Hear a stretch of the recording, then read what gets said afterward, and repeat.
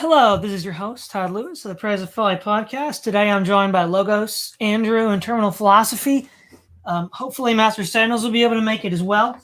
This is a little unusual for the Praise of Folly. This is more of an informal stream, more sort of where the contributors to the broader Praise of Folly podcast have just kind of hang out, talk about where we've been, what we've done together, and maybe where the podcast is going into the future.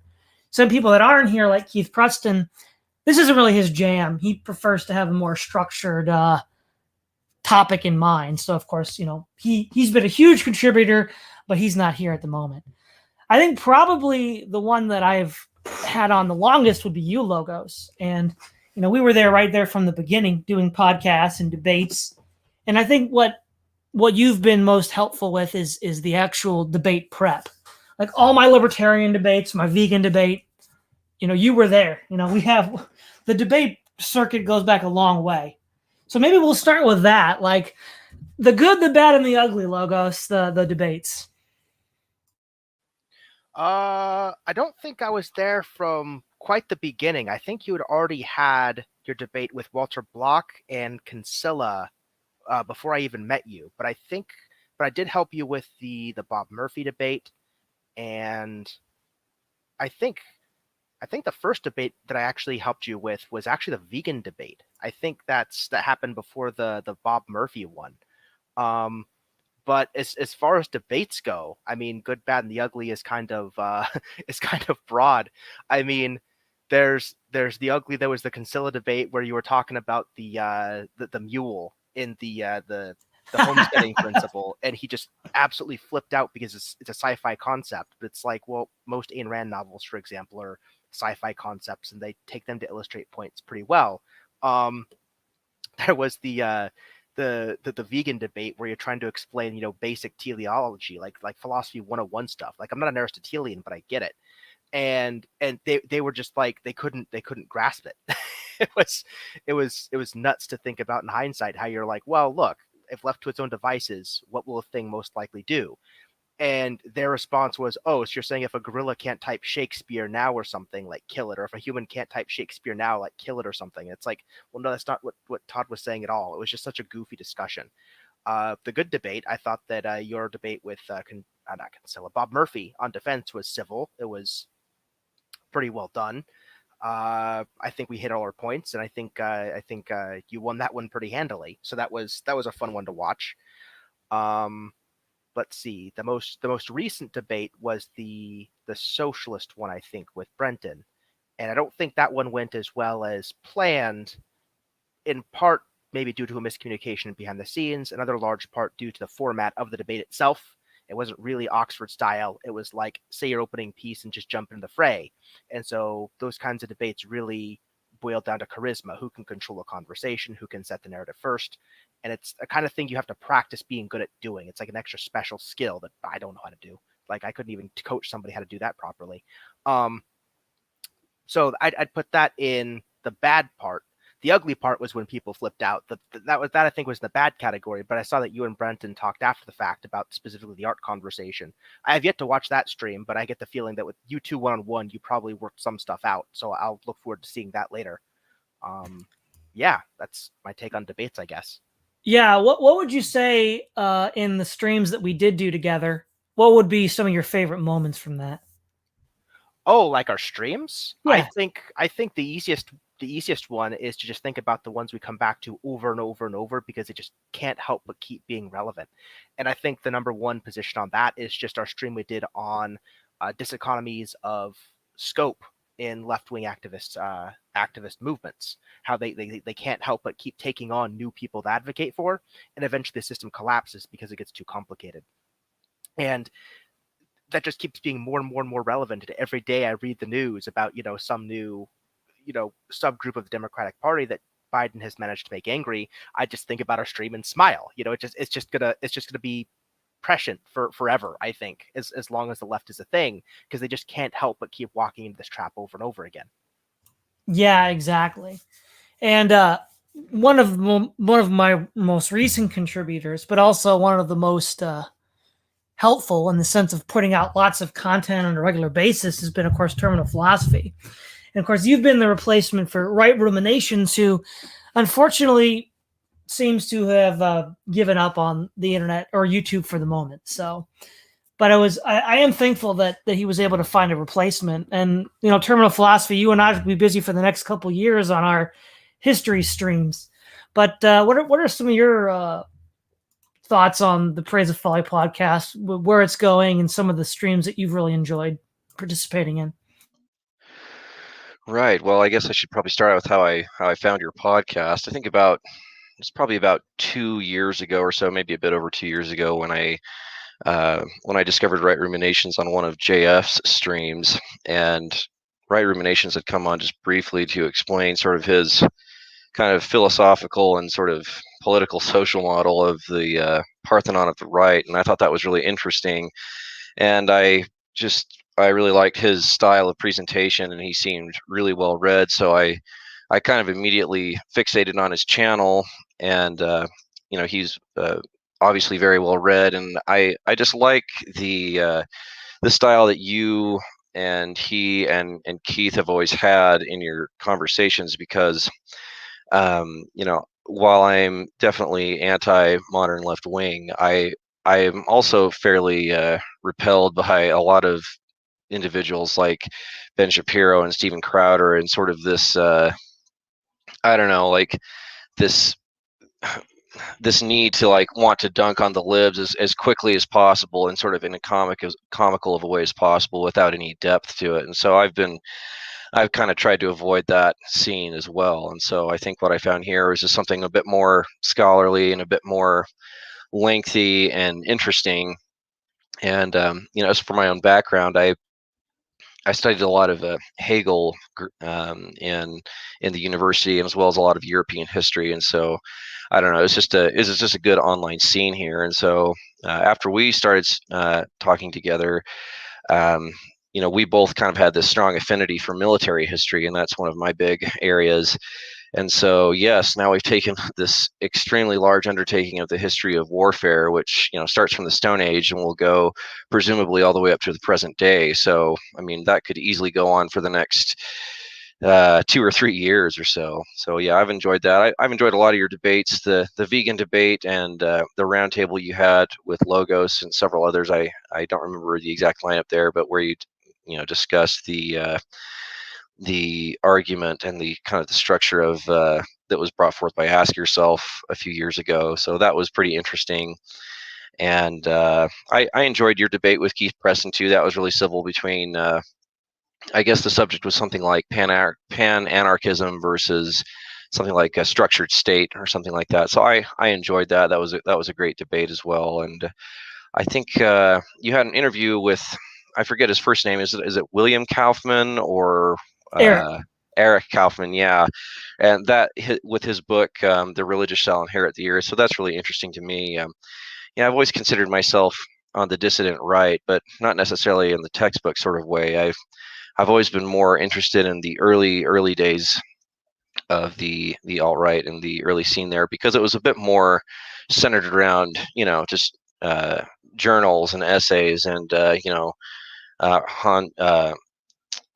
Hoppe and things like that, and Hegel, and so that was kind of the focus of my my interest there. But it kind of turned to a more activistic type of a thing, and since I think it's gone off in some interesting directions. And I think that's kind of my introduction to the Praise of Folly podcast. But you've always managed to attract really high quality guests as well, and I think I'll leave my opening statement at that. No, yeah, and of course, Andrew, like Logos, you've been more behind the scenes, though we did have you on a couple times with Master Sanders to talk to do some exegesis videos a year or two ago. So I guess, yeah, Andrew, what are some of your thoughts on just the Praise of Folly podcast in general? What you like about it, the good, the bad, the ugly for the debates, and sort of your thoughts in general?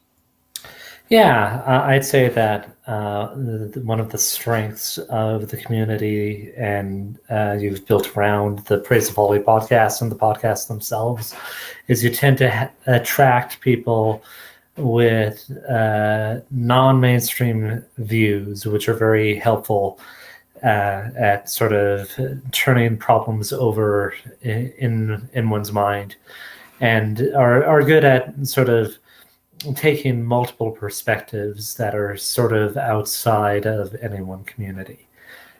So I've really enjoyed that. I know that was sort of a big thing with your exegesis videos that I was involved in.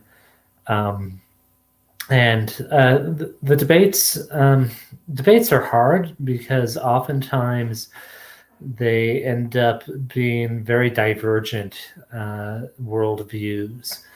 And so it's really hard to sort of suss out all of the axioms that people don't share in common, even though we are in the same discourse or in the same social setting.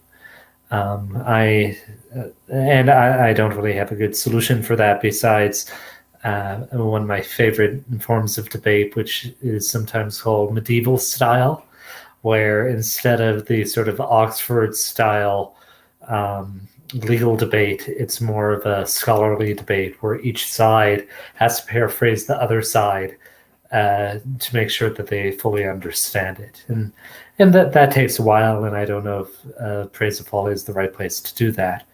And I guess those are my thoughts off the top of my head.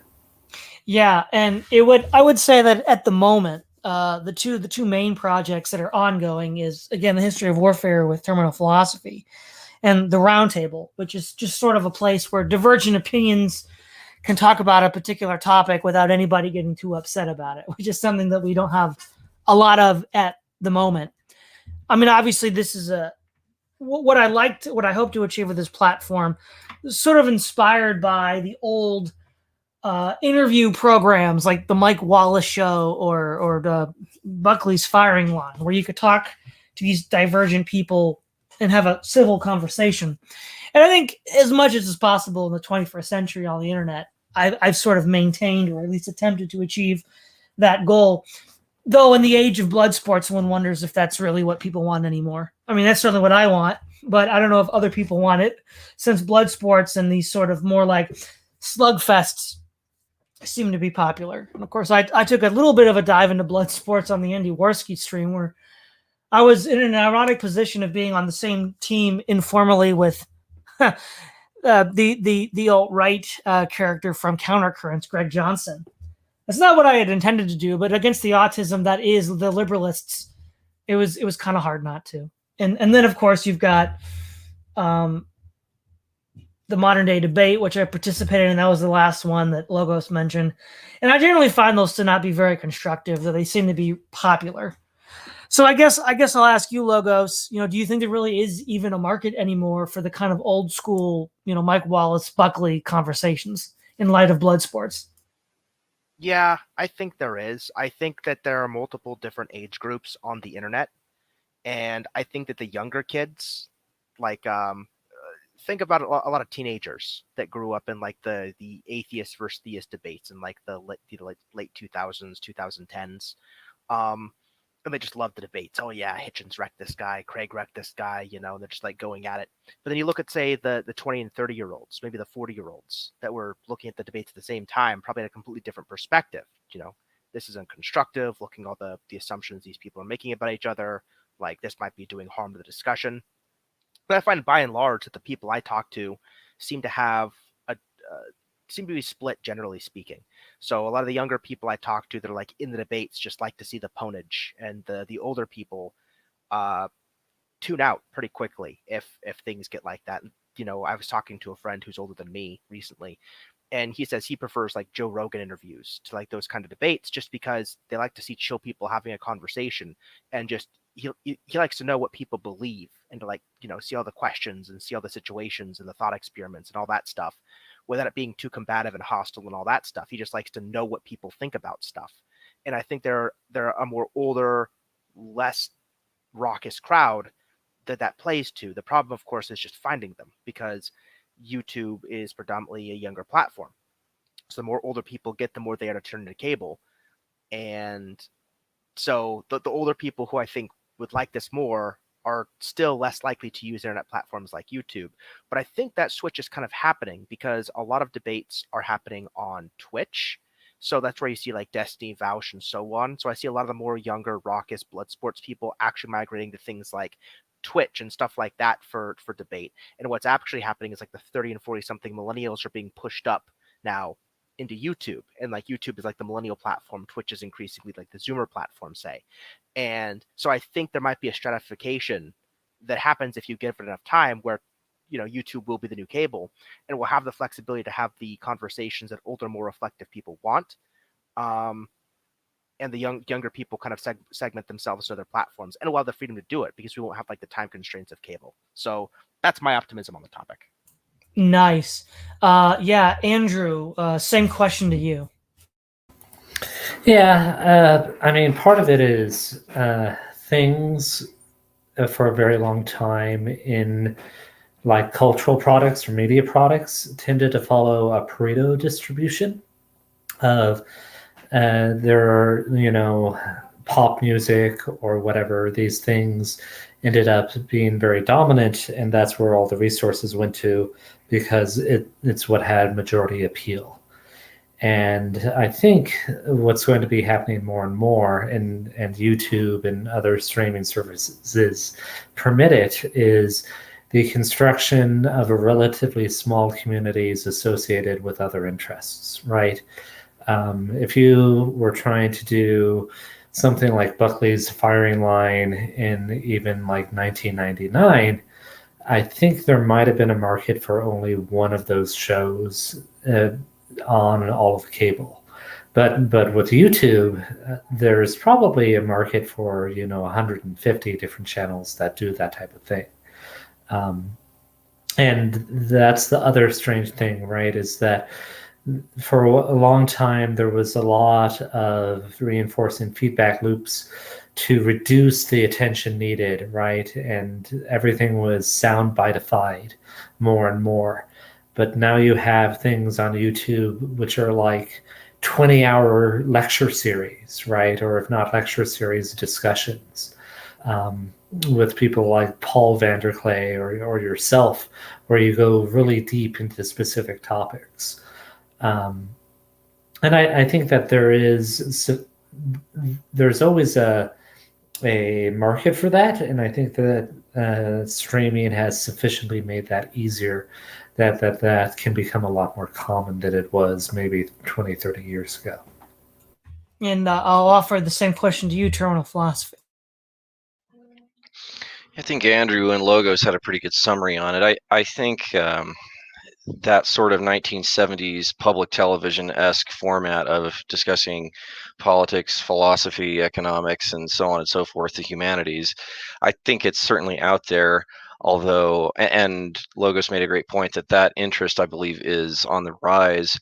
However, I think what will be making sort of the loudest splash on the internet is sort of this more like a plucky youngster crowd of, you know, just blood sports and, you know, quick summaries and, oh, this guy dunked on this guy. But I think it's out there if you want it, but you do have to spend some time digging for it. And I think that was more or less my experience in looking for the Praise of Folly, because, you know, my radar was always, I guess, well calibrated enough to find something like this, but it did indeed take some time.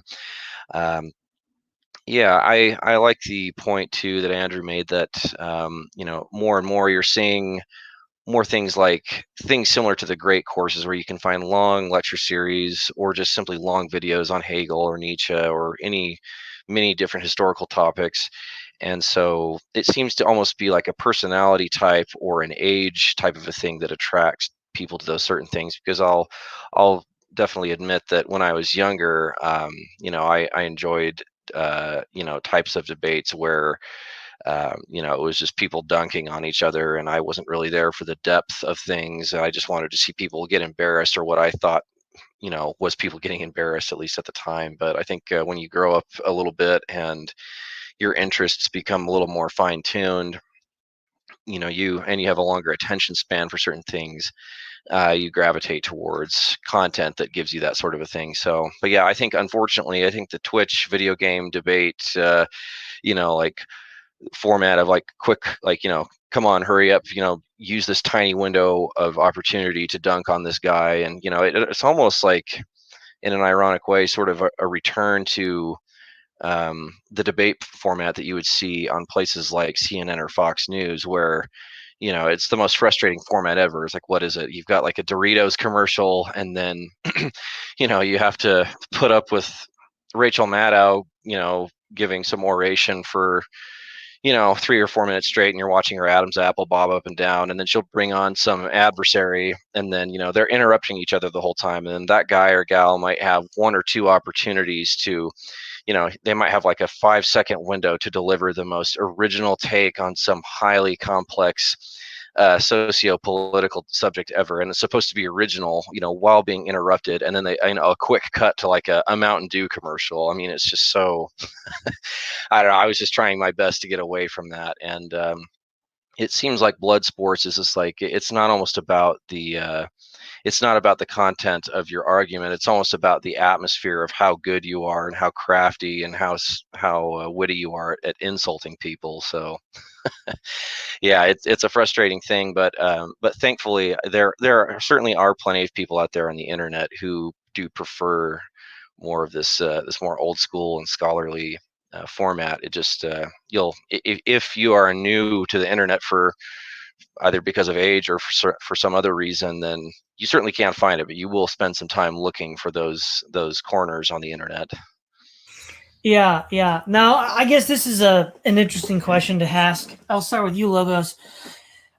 Given how the sort of ecosystem of YouTube has changed so much, over the last 5 years, that those of us that have been streaming have been streaming.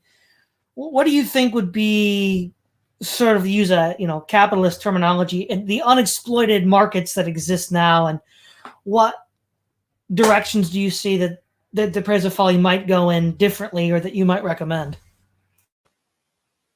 Heck if I know. I mean, the best I can say is you've spent a lot of time working very, very hard to develop the fan base you have, and the people that watch you like you kind of like for the stuff you do. So I'd be very cautious in trying to change things too rapidly to exploit like an untapped thing or an algorithm or something like that. If you are going to go after like a completely new market or a completely new style, something untapped, this is the part where you might say do another channel or something, and then maybe like cross-pollinate with both of your channels. So a good example of that and how you can be successful with that is the quartering. Like the quartering guy, right? Like, he has a channel for news, he has a channel for board game products, he has a channel for different avenues. And so people that came to watch him open booster packs and Magic, or talk about Magic news or something like that, he didn't really get too political in the news, but he made like his own other channel for news and stuff like that. And so he'd get cross-pollinated viewers, where people would see him for the news and think, oh, wow, this guy plays and talks about Magic, and they'll go to his other channel, and vice versa. But at the same time, he's not taking his current like Magic channel and like alienating his audience that just wants to watch him like open booster packs or talk about Magic, and now they're talking about the riots on CNN or something. So I think that's a good model to do if you're going to explore an untapped market, is break up channels for different purposes, and then like reference both channels in the descriptions of videos and cross-pollinate. I wouldn't make I wouldn't make a major alteration. As far as, but if you keep the same style, are there other topics and stuff you can talk about now? I think the thing you could do is just try to like keep looking at what's politically trendy and ride the algorithm of the news cycle. That's one thing I both love about the channel and think that might hold the channel back, is that we talk about topics, we've digested them, and we think that they're kind of interesting to us to talk about and do a live stream on.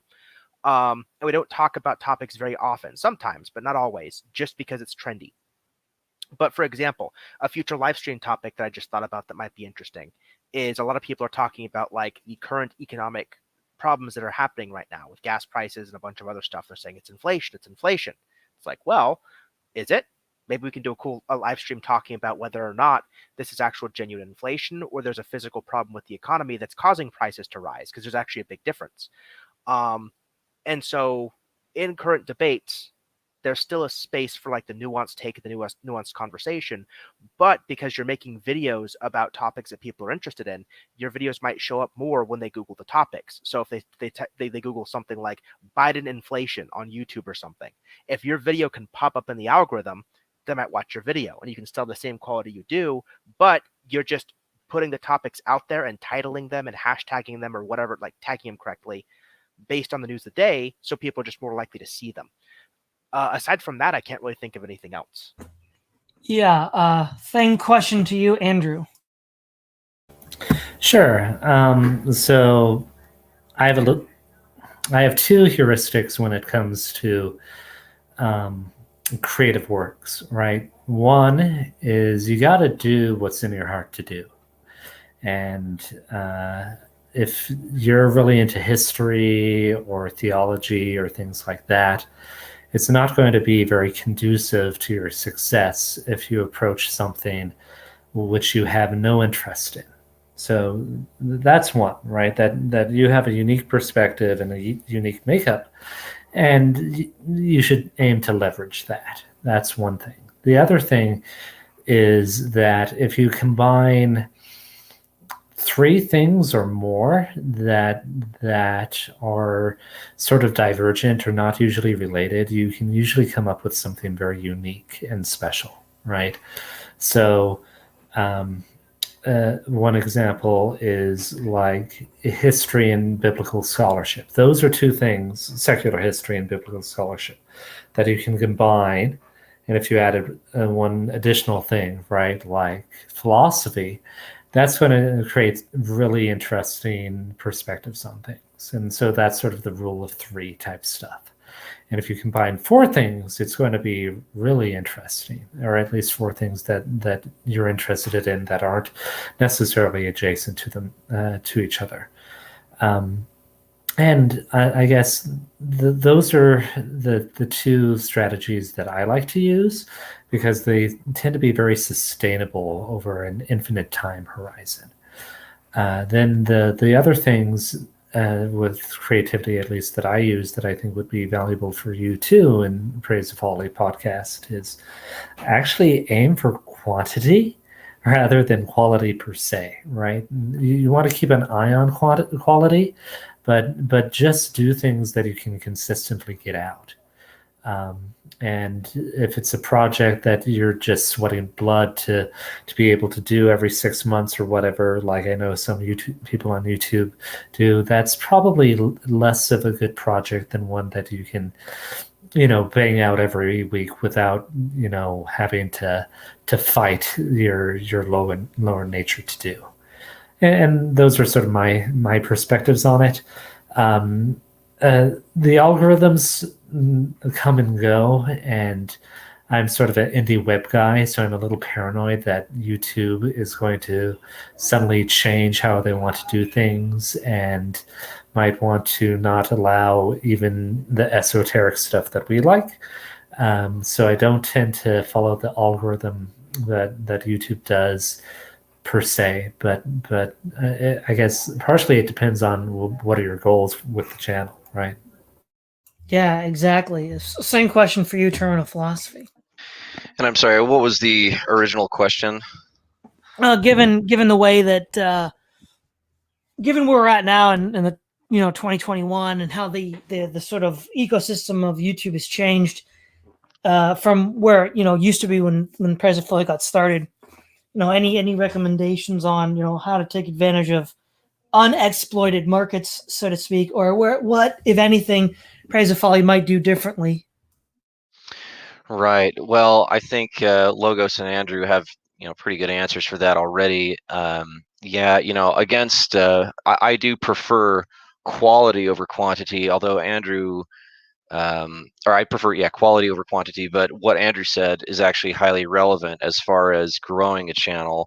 What I've noticed, whether it's like video game channels or tabletop board game channels or history or philosophy or anything like that, or poli-sci, is that you actually want shorter videos put out at a more consistent rate, like 2 or 3 a week or 4 a week or one every one every day, Monday through Friday, something like that, and it can be a very sort of quick analysis of a current issue, and then sort of move on from there, as opposed to sort of the more old school scholarly format that we're all sort of used to and sort of comfortable with. And then so I completely agree with that. As far as growing a channel, that's a great idea, because not everybody wants to sit through 45 minutes of a of sort of a long-winded scholarly format, and that's fine too. I think because there are certainly a lot of people that like your opinions on things, but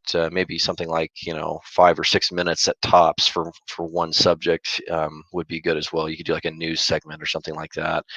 And then what Logo said earlier as well, if you have multiple interests, and if it's something you're passionate about, like Andrew had mentioned, then maybe that's where it becomes relevant to start your own video game channel, or a board game tabletop type of a thing too. And I think that's certainly relevant as well. So something to keep in mind. Yeah, I think I'll leave it at that.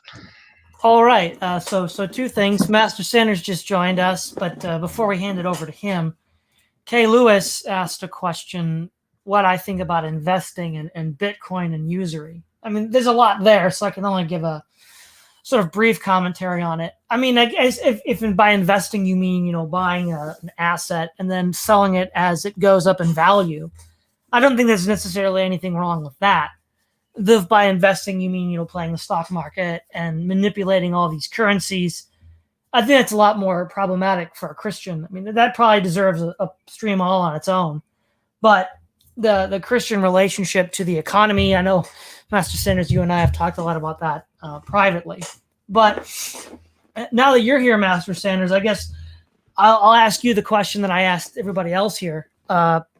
Obviously, we've done a lot of programs together, both behind the scenes we've talked, and also, we did our biblical biblical series. What would you say were some of your favorite streams that we did? And as far as the debates go that I've been in, what would you say are the good, the bad, and the ugly? Oh man, that's a pretty broad question to answer. Now, I think before I go any further with that, I think it would be best if I talk about how I actually found you. Now, I was into agrarianism and distributism as an idea, and I was trying to do more research on it. And so this would have been around 2015, 2016. I looked up distributism, and I found, I think it goes, Dave Donovan's, Distributist channel when he was just getting started. And I watched your stream with him, and I thought that was very interesting. The one thing I do remember the most about it probably was how I think Dave may have triggered you a little bit with what he said about the Allies in World War One. But that's kind of how I first saw you, and then we were in a couple of his flying in streams together. In terms of like the best, I would say I guess with you and me, it wasn't really a debate, but I think one of our best ones was probably the Jared Taylor stream. Where basically we argue that Jesus was white, maybe not ethnically European, but very much so paler skin, so to speak. That was a very fun stream, and I think that's actually one of your most popular. As for like but in terms of your actual debates, I think any one of them, any of the ones of the ones that you had with the libertarians earlier on in your career, I think with Block, and who was the other? The other one was Kinsella. Oh yeah. Okay, so those were pretty low-worthy streams, I think, because of how they reacted to your propositions. Those were pretty good. I would say the one though that, in terms of the bad and the ugly, I would say the two streams that I would cringe at, not necessarily because of your performance, but just because of the people that you debated. There was one guy that you debated on, was the issue of pacifism, and I don't remember. It was through a third party. I forgot who he was. It was obviously he was not giving you the benefit of the doubt. And the other one was you and Keith did with that, those two socialists on whether socialism can innovate. That was pretty cringe, if only because the people you were debating with were obviously not good faith actors.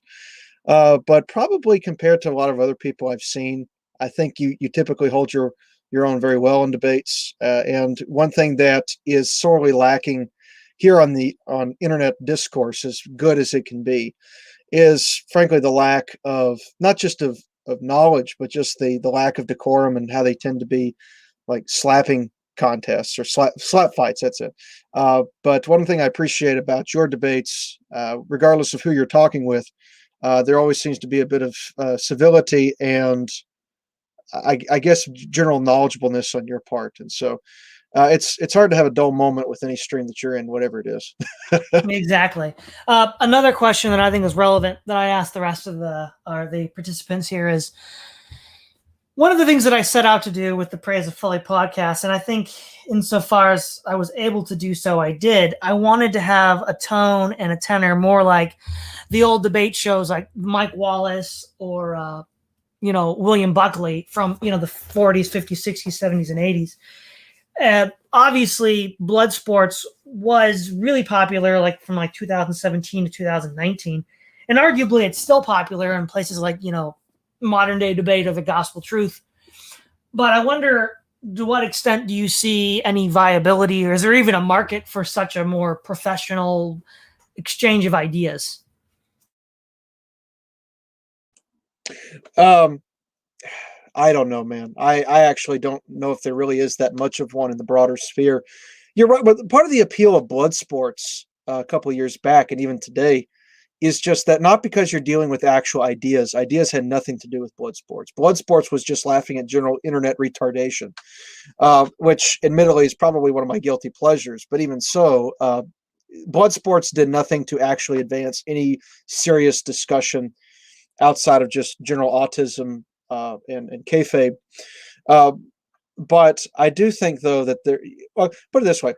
We all found you, we all found each other probably because, we were looking for something that was a bit more substantive. And I think that, as small as our group is and how diverse our group is, I think that shows you that there are people willing to come together in good faith to at least discuss these issues. So it's not a very large group, but I would say there's enough people out there to at least get something started. Yeah, in the same vein, I think it was the last time I had Derek Jensen on. He mentioned that what he always likes about the Praise of Folly, and I think in some sense we've all said this already, is that when you come to the table, you're going to have a conversation where people have done their homework. I've done my homework. My participants have done their homework. This is going to be some red meat, some meat and potatoes kind of stuff. And that's certainly what I am trying to have. And I guess the last question I asked everybody else, and I'll give it to you as well, Master Sanders, is where do you think what recommendations or do you see the future might going for Praise of Folly? Just stay the course, maybe try something new. What are some of your thoughts on that? Well, I think for the moment, staying the course probably would be the better option. There's nothing that I can necessarily envision you doing better than what you've already been doing. I think that the point is, if we're going to try to restore some level of civility in civic society, we need to have a forum, where people of diverse opinions can come together. And, even if we can't agree on everything, we can at least emphasize the points of agreement where we can move forward. Which, for example, your discussion, you've been able to form, I think, fairly collegial relations with, people as diverse as Keith and as Derek Jensen. That shows you, though, that assuming we can find people of good character and finding people who are willing to give each other the benefit of the doubt, we do need a forum for these people to meet, so we can hopefully be able to come to some meaningful dialogue and hopefully some action. And so I would say a forum like this, at least at this stage, is still just important to keep open, if only to be a little bit of a light in what's increasingly a chaotic discourse space. Yeah, Kay Lewis brought up the debate that I had, with V and an autistic agent, and that was just a complete dumpster fire. But I think that was the debate that everybody saw. So in that regard, I kind of want to ask you guys, like, what were some of your favorite moments from that? I'll start with you, Logos. I don't think there's a favorite moment. I mean, that happened so long ago, I can't remember all the particulars. The only long-term things that struck me from that debate was that, you who have certain views about, say, homosexuality were ostensibly on the same side as a gay alt-righter debating these liberal people. I'm thinking about that going, man, this Greg Johnson guy is forced on Todd's side here because the people he's arguing with are so insane, and nobody has the self-reflection to see like what's going on here and like how crazy this whole thing has gotten, that like this is where it's ended up. Yeah, I can't think of any individual moments. It's just like all the individual moments of the debate. When I think back on it, like that's the big picture takeaway I just keep coming back to. Yeah, that was just a ridiculous debate. Like I had actually intended to argue some points with Greg Johnson, but it's just like the sheer level of autism coming from the liberalists was just too much. Like there was no, I mean, since they were already gunning for him, it would have been kind of bad for him to have a 3-on-1. And that just doesn't look good. But Andrew, you saw that blood sport debate, right? What were some of your thoughts? I apologize. I don't actually recall it at the moment. So, well, maybe you didn't see it. Did you see it, Terminal Philosophy? I did, although it has been some time. Yeah, I mean, given all the absurdities that were kind of that you had to work with, it wasn't surprising to me that you ultimately were taking the same side as Greg Johnson, just because, yeah, given the sort of given the absurd views that you sort of had to go up against, I guess I'm not ultimately surprised by that. But yeah, I it was definitely a blood sports moment. I also recall your debate with the British gal. I can't remember whatever her name was. It was one of Banana Warrior Princess. Oh my god. Yeah, that was fairly painful as well. I mean, she would stop you mid sentence and just say stuff like, how dare you? How could you possibly, and I was just like, okay, this gal obviously isn't serious, but that was fairly painful to get through as well. But well, the hilarious thing about that was prior to debating her, I actually called out Ask Yourself. But Ask Yourself said he wasn't going to debate me. And then in the after show, he's like, oh, I could have totally owned this guy. Well, then why didn't you debate me, coward? It was hilarious. Yeah, well, that guy, I mean, you can find Ask Yourself rage compilations where he's just like going full blown Mel Gibson on people, like screaming, like, can you answer my question? Like it's just not, at this point, you've just evacuated all formal conversation and interesting conversations about logical debate, and it's just about this insatiable desire to just shame people. And he's admitted that in streams before. He's like, well, how we're going to do this is like, we have to make people look ridiculous within debates so that at one point we can drive the popularity of veganism up enough to where we can legislate against eating meat. So I don't know, that's quite the Mount Everest to climb if you're in that vegan camp. But yeah, fairly crazy. So yeah, Master Sanders, thoughts on the Andy Worski? That was probably my high watermark on YouTube viewership. I'm ashamed to admit I don't recall the particulars of that one.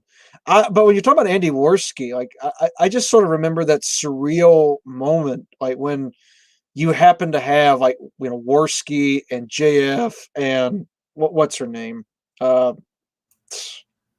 Aiden Paladin, and all these others like on your stream. I think you told me it was like what Coach Red Pill was able to get for you. That was just especially as all of those people have devolved into memes, and some others whose names we are not mentioning. But yeah, it's just amazingly enough, I don't think there's put it this way, you don't have your own Kiwi Farms article yet, so I think you're pretty good. Well, one thing that's interesting, a big backdrop to this entire discussion has been debates. And one of the things, this is something you and I have talked about in private, Logos, and maybe there's some way that we can leverage this. We've seen recently a lot of interest in the revival of socialism versus capitalism debates with people like Wolf and Ben Burgess and others. And yeah, I mean, Wolf just did atrocious when he debated David Friedman on Modern Day Debate. And it's like these really subpar socialists are given fairly large platforms to debate libertarians, and they just look ridiculous doing so. And of course, I've debated 3 of the leading libertarian thinkers, Kinsella, Block, and Murphy, and yet somehow that's never translated into anything. And I guess, what went wrong? Maybe there's nothing I could have done, but I just kind of feel like that should have catapulted me to a higher level than it actually did. And given how the libertarians are giving public platforms to these rather incompetent socialist debaters, you do wonder, is it just part of a grift where they debate dumb people to look smart? And if they look bad, they're just not going to publicize the debate? I mean, after all, though, I was on the Tom Woods show. So I don't know. Is there anything you have to say about that, Lewis? 2 things that jump out at me. I mean, for context, don't attribute to malice what you can attribute to incompetence. I think we'll start there. The 2 things that I would say is that socialism or something like it is always going to be like a preeminent competing philosophy in young people. And so long as young people have the ability to vote and be politically motivated and engaged, as long as college culture is going to be what it is, socialism is just going to be a perennial problem that every generation is just going to have to deal with. It has to. It's never going away. And insofar as socialism is kind of like the preeminent attack on the system in capitalism, and libertarians are like the biggest defenders or so on, like those conversations are just going to, be necessary. As opposed to that, what do you believe? Well, you're not a socialist, so you're not like an inherent threat to the system in that like your particular philosophy isn't really like adhered to by a lot of people who can leverage political power to shut things down. So you're not viewed as like an eminent threat that must be stopped in the same way that socialists are. There's no investment in dunking on you in the same way there would be a socialist. And that comes out in some of your debates with, say,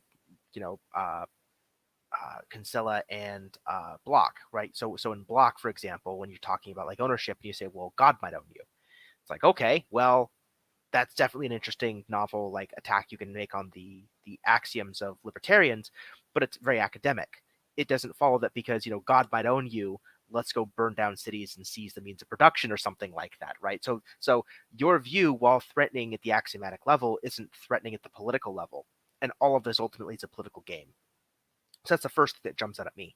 The second thing that jumps out at me is, generally speaking, libertarian socialist debates first start on bigger platforms so that people get notoriety, and then it becomes like a self-fulfilling snowball effect, right? So Richard Wolff will go on Democracy Now!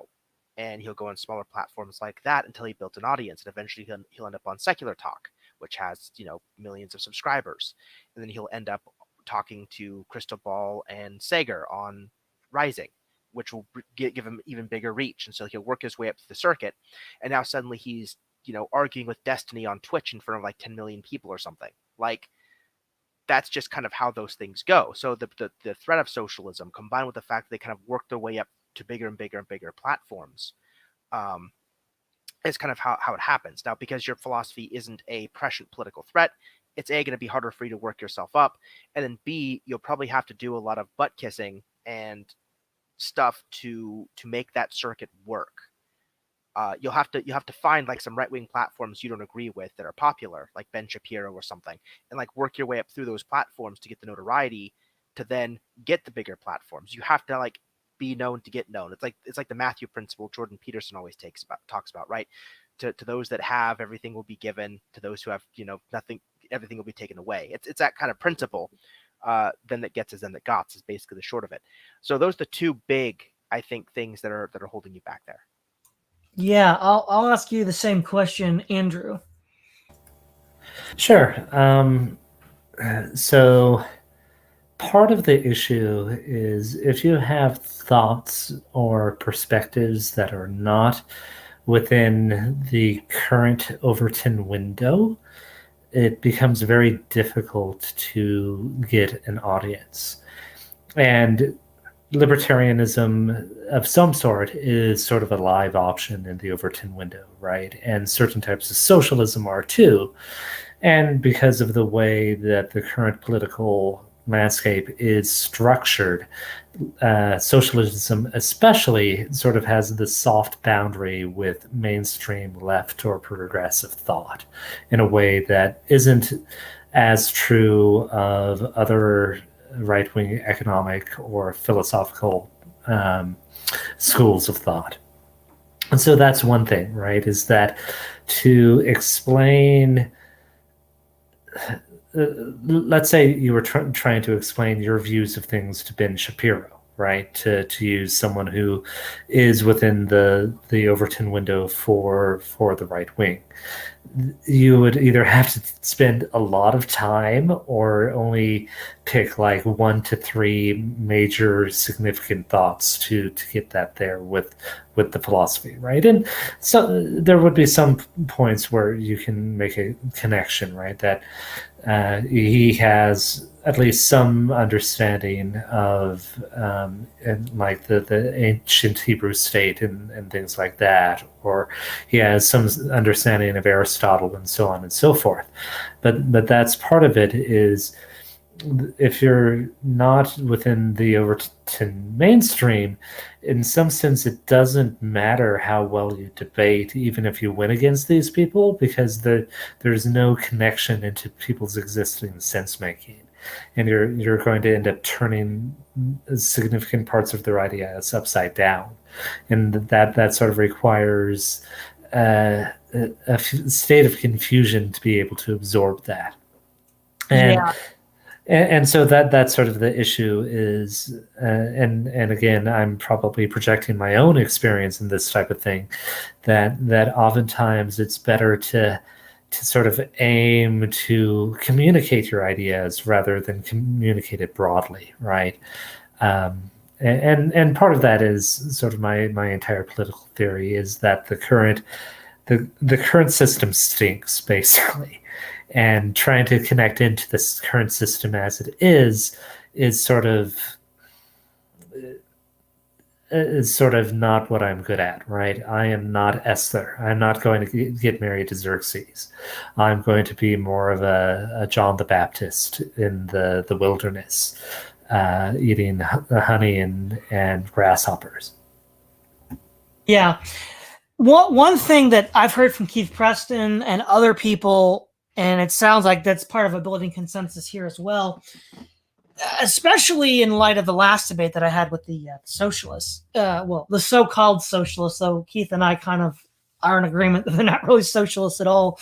They're just sort of like a certain species of neoliberal, is that the arguments that I'm making and the points that I'm making just kind of go over people's heads. And even if it does land on some people, like I think the libertarians I debated understood what I was saying. The interlocutors understood. I mean, I don't know if the viewers did. And that I think is one of the problems that has probably been holding me back. And I've heard it from a lot of different groups, like Keith Preston has mentioned it and others.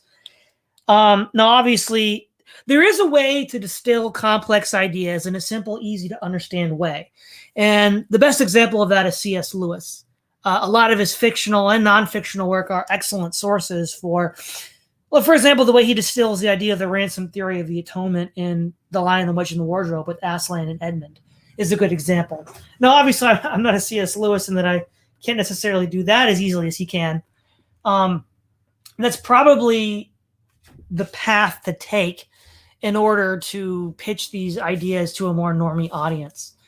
What are some of your thoughts about that, Master Sanders?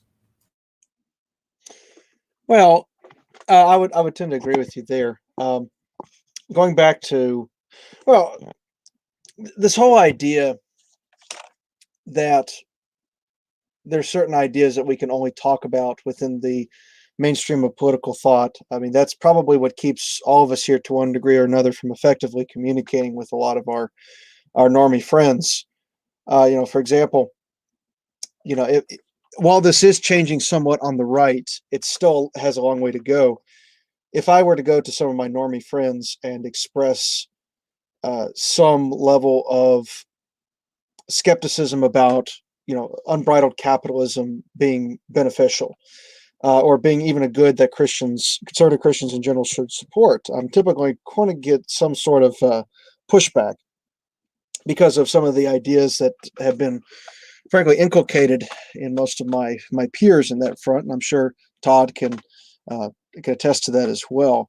And I think you're right in the sense of the challenges is to try to find a way to communicate on their level, not necessarily to condescend to them as if they're stupid. Many of them are stupid, but even so, to find a way to make those ideas far more palatable for them to understand, as you said, through as C.S. Lewis was able to do through the vivid image of, let's say, how Aslan was able to pay effectively the ransom for Edmund and achieve Edmund's salvation from the witch. If we could find some way to do that, I think we could probably reach more people than we would normally. But that's the challenge, is trying to find that particular way, whether it's through story or through some other means to illustrate these points where the paradigms that they've accepted have just made it impossible for them to entertain those possibilities. Also, on this, getting a little bit on what was touched on earlier, this whole, I was talking with a friend of mine who tends to be left-leaning, and we were talking about a mutual acquaintance of ours that was basically trying to start up his own sort of Ben Shapiro-esque podcast. And we were kind of joking that this seems to be like this guy's trying to get on a grift of his own. And I said, like, look, man, if I try to start my own podcast or start my own grift, like, I couldn't make any money because I don't have a money that's monetizable. Like, I don't have an opinion that's okay. I'd either be considered a socialist or a fascist, depending on who you're talking to. And so I think, though, if we can get out of the mindset, well, again, if we get out of the mindset, if we're not looking to make money, if we're not trying to do this for the money, but doing this because we are generally trying to reach people, I think that's going to keep us from becoming bogged down in a lot of these shibboleths that many of our peers are so easily caught up in. Yeah, same question to you, Logos.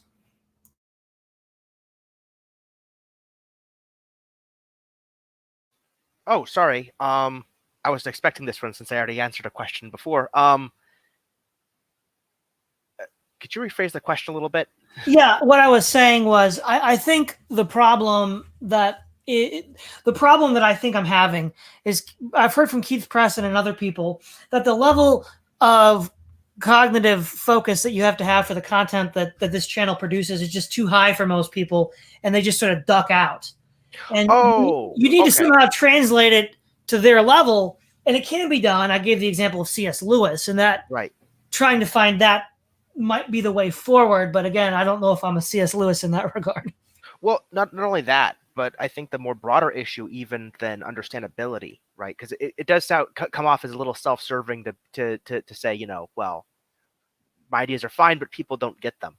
I think that the best way to put this, I think, most charitably for the audience, is to say something like, people are interested in political discussions. As we talked about, say, ask yourself as an example, they're interested in optics and manipulating people and manipulating the discourse. And so if you just do like a broad characterization and attack on, like, say, the foundations or the axiomatics or the academic support for a broad position, it's not really going to undermine it if people don't care about it, because what they're really interested in is normative political action.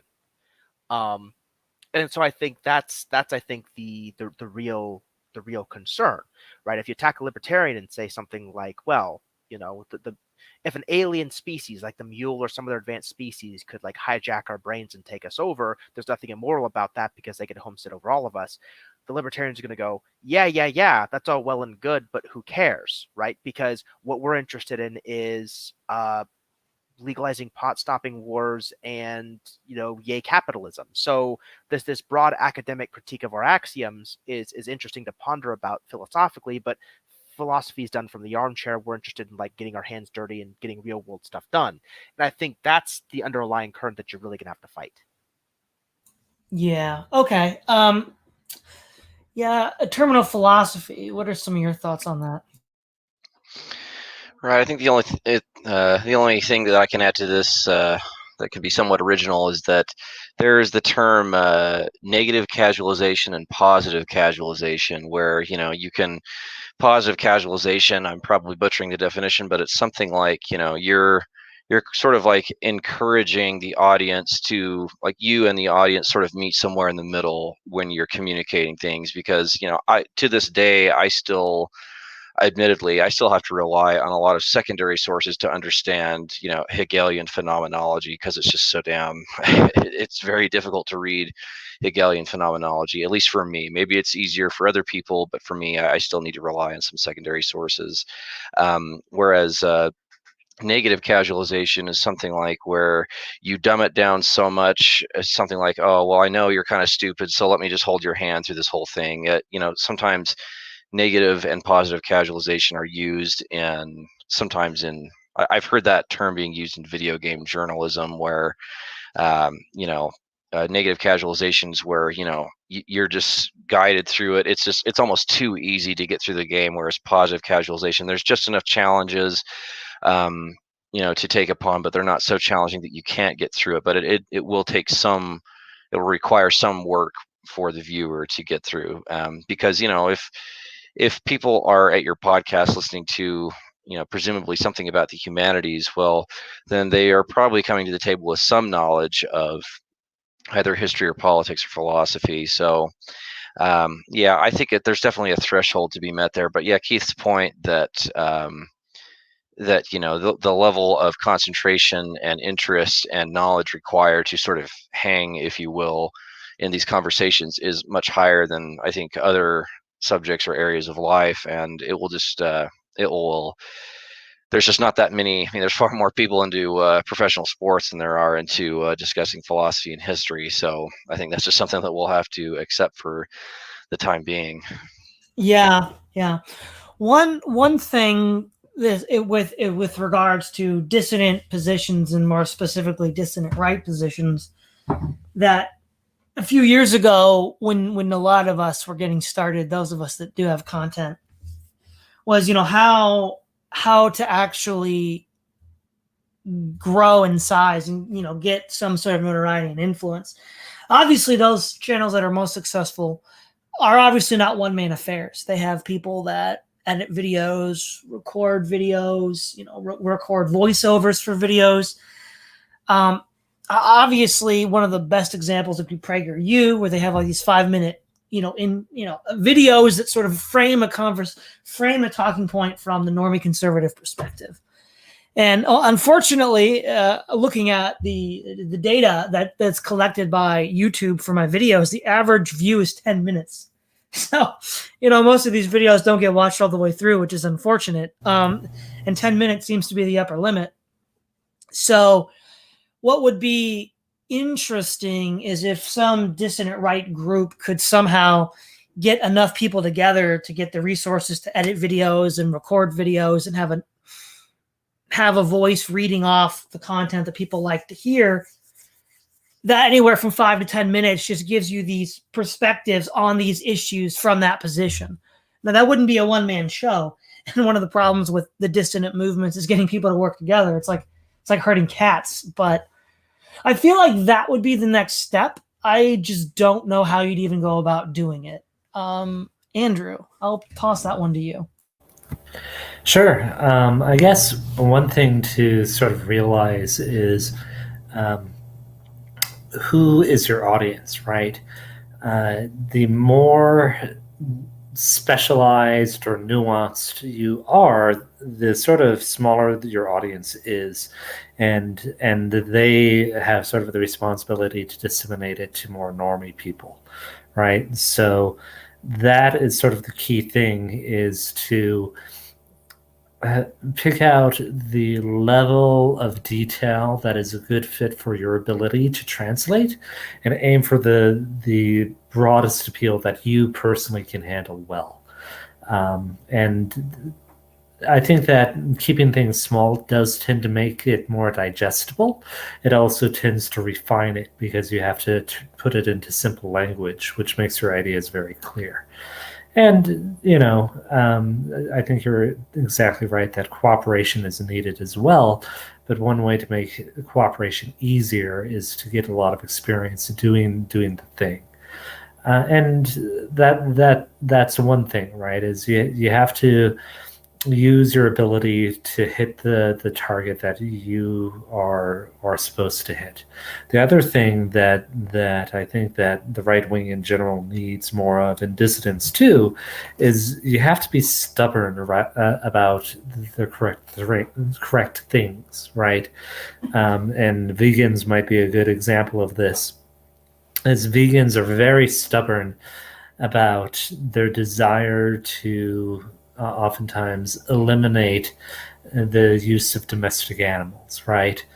And that is sort of what we have to do on the dissident right as well, or as Christians, is figure out the things that we're supposed to be stubborn about, and be stubborn about them in a very firm and steadfast way.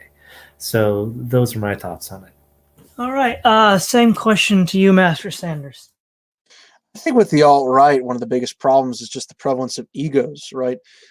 We can probably name a few off the top of our head, but a large part of it is that you have, a lot of people on the alt-right are people coming off of the conservative movement in one form or another. They're disaffected with it in one form or another. Prime example is probably Nick Fuentes, which if you watch his early stuff, talking about 2016, he's a cruise con, right? He's a cruise con. He's not particularly big on Donald Trump. He's probably your standard normie con in that sense.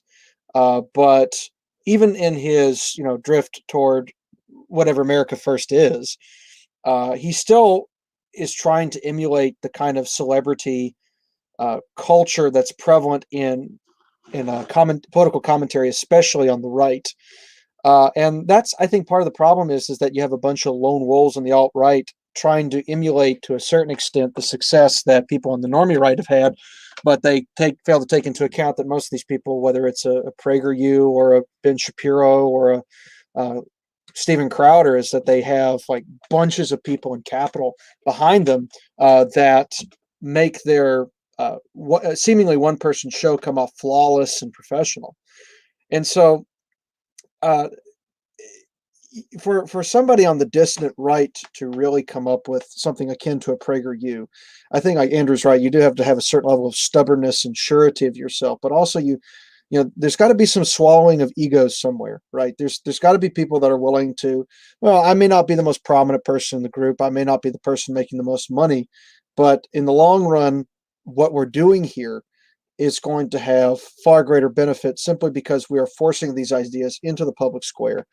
That is getting normies to question certain things that we take for granted within the Overton window. So I think the biggest problem, I guess, in the short of it, outside of anything technical or anything related to capital, is probably the prevalence of egos and lone wolves.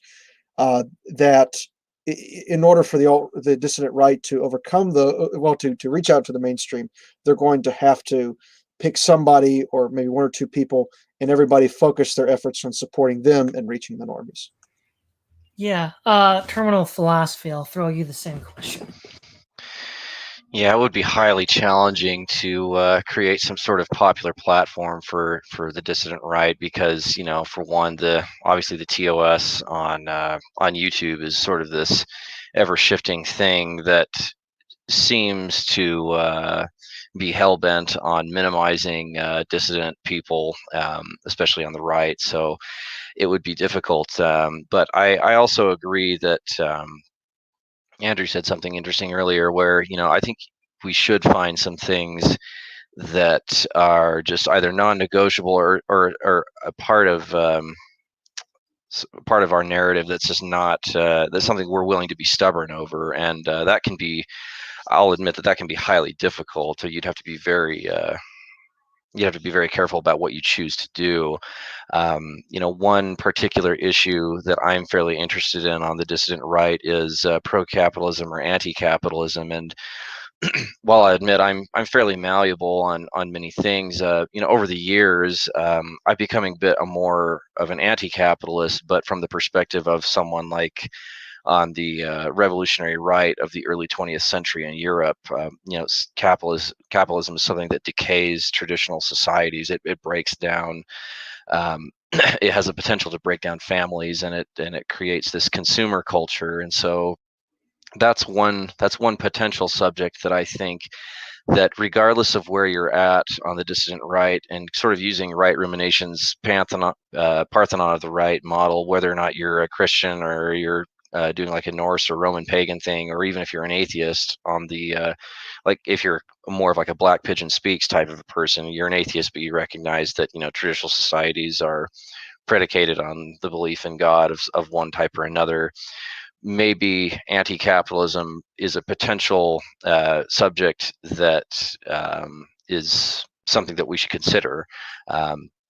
Yeah, now of course, you know, an opponent might say like, well, you know, all sorts of, you know, crazy people like Evola believed in that as well, and so, you know, you'll have to have responses ready for things like that. And you know, well, Evola thought this about women, or you know, Spangler thought this about capitalism, or about, you know, Jewish people or whatever. So, you know, you'll have to anticipate all sorts of little verbal jabs and things like that. But I mean, that of course that would just go into debate prep. But yeah, for me, you know, it's fine if either of you, if anyone here doesn't like him, but at least the optics and the way he presents himself, I'm talking about Keith Woods here, at least he does put in an effort to put across anti-capitalism for the right, or a socialism for the right, as adult as possible, without these big cult of personalities, or just this big sort of Nick Fuentes, or maybe something more explosive like Eric Stryker. At least he puts in a lot of effort to just communicate it as a functioning and healthy and normal person. Now, maybe that's far too,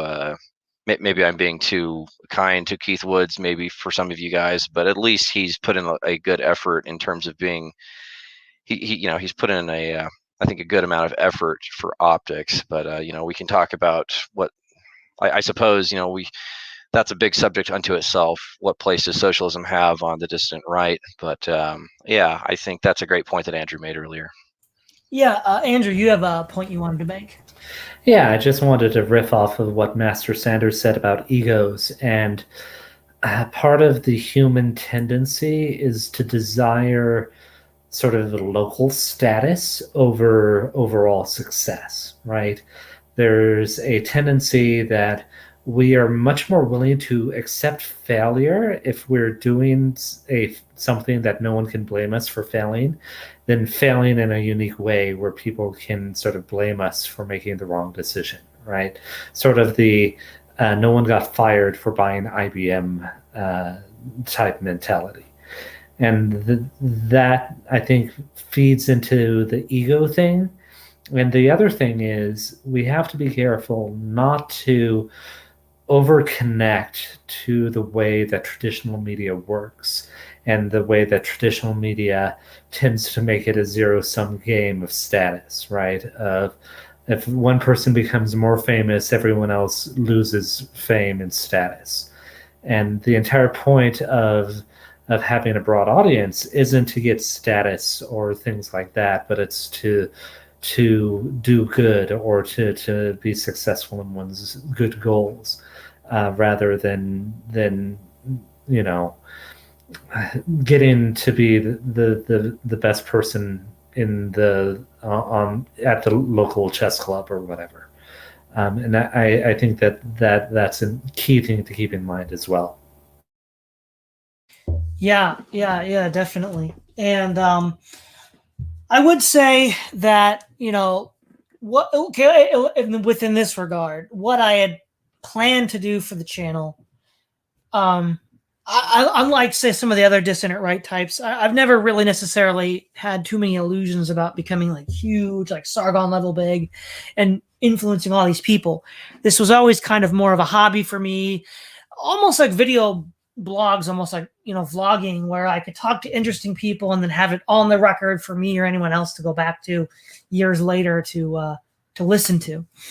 And I think in that sense, I have done that, and I have sort of developed interesting contacts and relationships with interesting people, and that we have for the record, you know, that you can just listen to and watch. And I think given that is now becoming larger and more successful would have been nice, but again, that was never really my main goal. Though at a certain point, it would be nice to break out of the 1.36K subscriber list. what would you say, Master Sanders, about the general? Would you say that I have generally been successful in achieving the goals as stated for the channel? Oh, absolutely, absolutely. And I think what makes your channel particularly interesting compared to a lot of other ideas channels, so to speak, is that you actually do get to talk to a wide variety of people, and not necessarily just to debate them, just to pick their minds. Like you had Friedman's son, you've had Keith Preston a number of times. You've had people, and as well as a rather diverse group of people from all sorts of political and cultural perspectives. I think it's the fact that you are able to bring some of those people in for a non-confrontational setting and just letting them speak their piece, pick their brain a little bit, maybe go to some areas that most other channels really wouldn't touch because it's not flashy or because it wouldn't make you enough money or clicks. I think that is more valuable in the long run, simply because of proving, again, as we said before, we can have civil discussions on these issues. And so I would say, based on what your goals stated there, I would say, yeah, I think your project has more or less been successful for something that's a hobby and not a career. Yeah, Andrew, I'll ask you the same question. Yeah, I think so as well. And success is best measured through internal and process goals, right? And I feel like you're doing the right things to bring about the type of success that you rightly desire. And so I think that it's on target. All right. I'll ask you the same question in terminal philosophy. Yeah, absolutely. You've definitely nailed down, I think, all of your goals throughout the years here on the channel. Yeah, you've attracted a lot of interesting and really intelligent people, and a wide variety of people as well. Yeah, if anything, maybe one suggestion that you might find interesting throughout the years going forward is that for your podcast, you might find having like a channel introduction, like paying someone for like maybe like some small piece of classical music and some maybe classical art, sort of like a collage of classical art, something that's fitting through the channel that you would like. That always helps, like a little bit of production here and there, but again, nothing.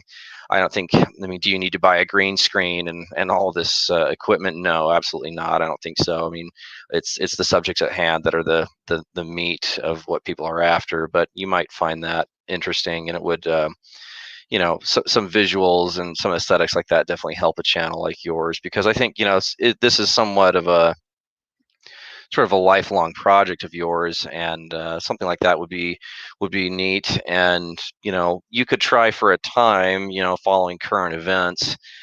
You could either just be just yourself or one other person, just covering some current events and just seeing how that goes, and keeping them very short and almost like a Sticks Hexenhammer type of format, where he does like 3 or 4 videos a day, and they might be around 5 or 6 minutes each on a particular subject. I mean, because you're very good at ad-libbing, so you might as well, you could put that to use and just see how that goes.